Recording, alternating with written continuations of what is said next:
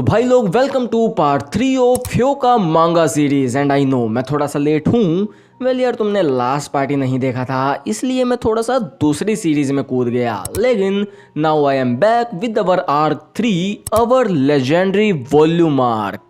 And also अब next part जल्दी आने वाले हैं, क्योंकि ये वाली आर्क काफ़ी बड़ी है, तो ये मे बी 2 या 3 पार्ट्स में कवर होगी। तो इसलिए without wasting any time let's move on to our story, जहां हम सबसे पहले देखते हैं इबारा को, जो कि कहीं तो जा रही है, जिस दौरान वो सोचती है कि आखिर उसने सबसे पहली मांगा कौन सी पढ़ी थी। एंड अगर तुम इबारा के कैरेक्टर को याद नहीं कर पा रहे तो हमारे क्लासिक लिड क्लब की मेंबर, जो कि मांगा क्लब में भी ज्वाइन है, क्योंकि उसे मांगा रीड करना एंड ड्रॉ करना दोनों ही काफ़ी पसंद है। एंड इस आर्क में इबारा का काफ़ी रोल होने भी वाला है, जहाँ पे उसे ये याद नहीं है कि उसने पहली मांगा कौन सी पढ़ी थी, क्योंकि उस दौरान इसने काफ़ी सारी मांगास पढ़ी थी।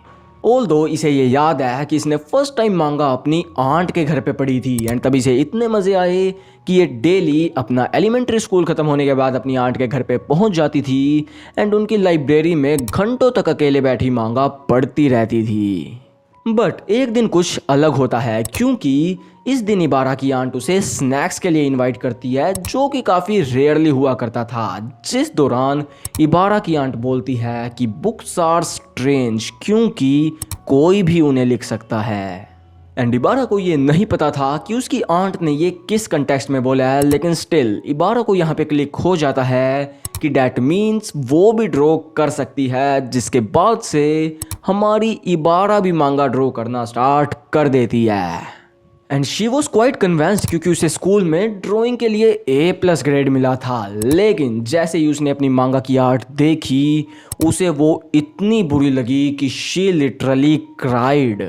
बट उसके बाद से इबारा और ज़्यादा डिटरमाइंड होकर मांगास ड्रॉ कर रही है, जिसके बाद हम वापस प्रेजेंट में देखते हैं कि इबारा स्टार्ट में एक बुक स्टोर पे जा रही थी, क्योंकि उसने अपनी मांगा एक कंपटीशन में दी थी, जिसका रिजल्ट चेक करने के लिए वो एक मैगजीन लेने के लिए आई है, जो कि फ़िलहाल उसके हाथों में है। तो वो काफ़ी होप एंड सस्पेंस के साथ अपना नाम चेक करती है। एंड गेस व्हाट, हमारी इबारा की आर्ट लैबजीन मैगजीन के मार्च इशू में पब्लिश हो भी गई है, जिससे हमारी इबारा फुल खुश हो जाती है। एंड इसके साथ ही हमारी स्टोरी भी 3 महीने आगे शिफ्ट हो जाती है, जहाँ पे इबारा क्लासिक लिट क्लब रूम की तरफ जा रही है, जहाँ पे हमें दिखाया जाता है कि इनके स्कूल में कुछ रेनोवेशन चल रही है अर्थक्वेक से बचने के लिए, इसलिए हमारे OG classic lit club room को भी शिफ्ट कर दिया गया है, जहां इबारा पहुंच गई है। एंड हमारी सारी OG गैंग भी वहीं पर है, ओरेकी, चिटांडा एंड फुकुबे। एंड यहाँ पे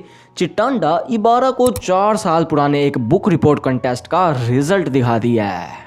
वेल, क्योंकि उसके अंदर हमारे ओरेकी का भी नाम था। एंड अगर तुम्हें बुक रिपोर्ट का नहीं पता, तो जापान के अंदर तुम्हें हॉलीडेज पे कई बार एक बुक अलॉट की जाती है, जिसे तुम्हें रीड करके उसके रिगार्डिंग तुम्हारे थॉट्स क्या हैं उस पे एक रिपोर्ट सबमिट करनी होती है, जिसके कंटेस्ट के विनिंग लिस्ट में ओरेकी का भी नाम था। लेकिन यहाँ पर इबारा ये देख के शॉक हो जाती है कि ओरेकी ने अपनी रिपोर्ट के लिए रन मेलोस नाम की बुक चूज़ की थी। एंड आई नो तुम्हें रन मेलोस की स्टोरी नहीं पता होगी, मुझे भी नहीं पता था, लेकिन टेंशन नोट, मैं उसे अभी थोड़ी देर में एक्सप्लेन करने वाला हूँ।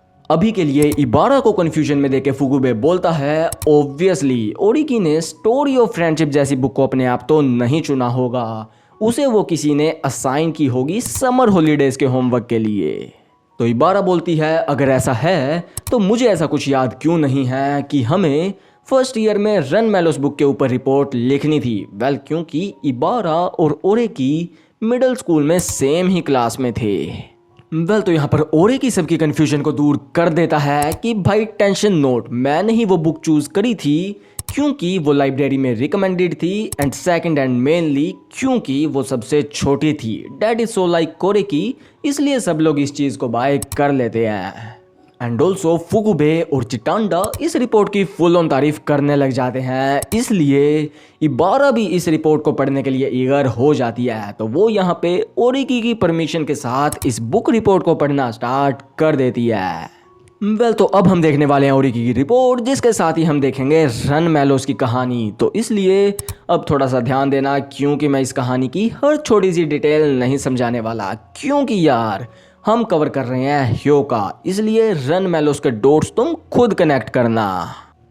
तो रन मेलोस कहानी है मेलोस के बारे में, जहाँ पे ओरिकी वॉज हैप्पी कि मेलोस और सेलिन बच गए एंड किंग डियोनिसियस का भी हार्ट चेंज, उनके थॉट्स चेंज हो गए।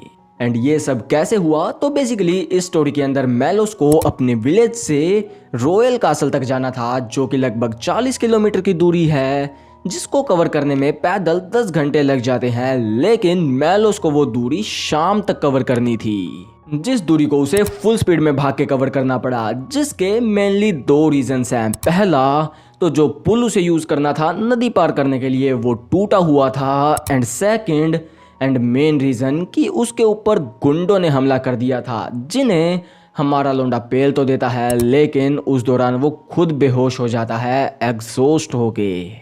इसलिए इसके पास काफ़ी कम टाइम है, इसलिए इसे भाग के जाना पड़ रहा है। लेकिन आखिर क्यों? तो इसका आंसर जिसने इसके ऊपर अटैक किया उससे ही कनेक्टेड है, क्योंकि तुम खुद सोचो, एज ए चोर तुम किसी ऐसे बंदे को तो लपेटोगे जिसके पास तुम्हें पैसे लग रहे हैं, लेकिन मेलोस तो शक्ल से ही गरीब था। यानी कि मेलोस पे अटैक करने का सिर्फ एक ही रीजन हो सकता है कि ये बैंडिट्स असल में मेलोस को मारना चाहते थे। एंड ये मेलोस को क्यों मारना चाहते थे? क्योंकि इनको किसी ने मेलोस की सुपारी दी है। लेकिन किसने एंड आखिर क्यों? तो जो इसका आंसर है वो इस पूरी स्टोरी को जोड़ने वाला है। तो ये जो किंग है वो ह्यूमंस के ऊपर ट्रस्ट नहीं कर पाता था, तो उसे लग रहा था कि मेलोस अपने दोस्त को बचाने के लिए वापस नहीं आने वाला, जिसके लिए उसके पास शाम तक का ही टाइम था। लेकिन अगर मेलोस सनसेट से पहले वापस आ जाता तो देयर अ चांस कि किंग थोड़ा बहुत ह्यूमंस पे ट्रस्ट करना स्टार्ट कर देता। एंड किंग ने मेलोस एंड उसके दोस्त को क्यों पकड़ा था इन द फर्स्ट प्लेस, वो जानने के लिए तुम खुद पढ़ सकते हो रन मेलोस, क्योंकि अभी के लिए हम पढ़ रहे हैं ओरिकी की रिपोर्ट, जहाँ पे किंग का ह्यूमंस पे ट्रस्ट करना स्टार्ट करना ज़रूर उसके किसी मंत्री को पसंद नहीं था, क्योंकि वो खुद किंग के इस नेवर ट्रस्टिंग एटीट्यूड को एक्सप्लॉइट कर रहा था। आई नो यहाँ पे काफ़ी आयरनी वाली बातें चल रही हैं, लेकिन it is what it is. जहाँ पे उस शेडी पर्सन ने और भी काफ़ी सारी चालें चली, लेकिन स्टिल मेलोस सनसेट से पहले रॉयल कैपिटल में पहुँच के अपने फ्रेंड को बचा लेता है। लेकिन यार स्टिल वो जो शेडी पर्सन था वो अभी भी किंग के साथ ही था, तो मे बी ये जो किंग का चेंज ऑफ हार्ट था वो ज़्यादा समय के लिए ना टिक पाए। At least that's what Oriki thought after reading run Melos, जिसके साथ ही ओरिकी की बुक रिपोर्ट भी ख़त्म हो जाती है, जहाँ पे फुकुबे बताता है कि इस बुक रिपोर्ट को इनके स्कूल ने कंपटीशन में प्रेजेंट किया था एंड इसको प्राइज भी मिला था, लेकिन लोएस्ट वाला। एंड ऑल्सो यहाँ पे एक और चीज़ थी कि यूजुअली जो स्टूडेंट को होमवर्क में बुक रिपोर्ट्स मिलती हैं वो ऐसी नहीं होती।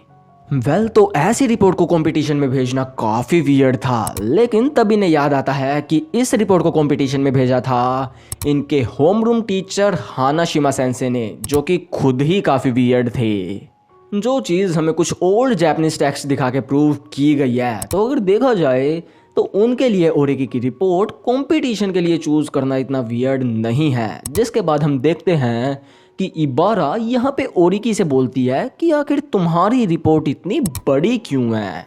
आई मीन ये मैक्स लिमिट के जस्ट नीचे है, एंड तुम्हें हमारे ओरिकी के प्रिंसिपल का तो पता ही है। तो इसका जवाब ओरिकी देता है कि उसने गलती से मैक्स लिमिट को मिनिमम लिमिट समझ लिया था, विच इज़ क्वाइट वेस्ट, क्योंकि उससे उसके प्रिंसिपल की गोभी खुद गई। एंड उसके बाद तो उसके रिपोर्ट का कंटेंट काट के उसे छोटा करने में तो उसके एनर्जी कन्वर्जेशन रूल की और ज़्यादा मार ली जाती, इसलिए उसने वैसा नहीं किया। जिसके बाद इबारा सोचती है कि हमारे क्लब के दोनों लोंडे हैं तो वियर्ड, जिसके साथ ही वो अब अपने मांगा क्लब में चली जाती है। एंड इसके साथ ही हमारा पार्ट 3 भी ख़त्म हो जाता है। एंड आई नो ये पार्ट थोड़ा सा छोटा है, फिलहाल थोड़ा सा शेड्यूल टाइट चल रहा है, लेकिन टेंशन नोट, अगला पार्ट जल्दी एंड काफ़ी लंबा भी आएगा। इसलिए तब तक के लिए मेक श्योर तुम इस वीडियो को लाइक, चैनल को सब्सक्राइब एंड बढ़िया बढ़िया कमेंट करके जाओ। तो मिलते हैं अगली वीडियो में, तब तक के लिए टेक केयर, सायोनारा।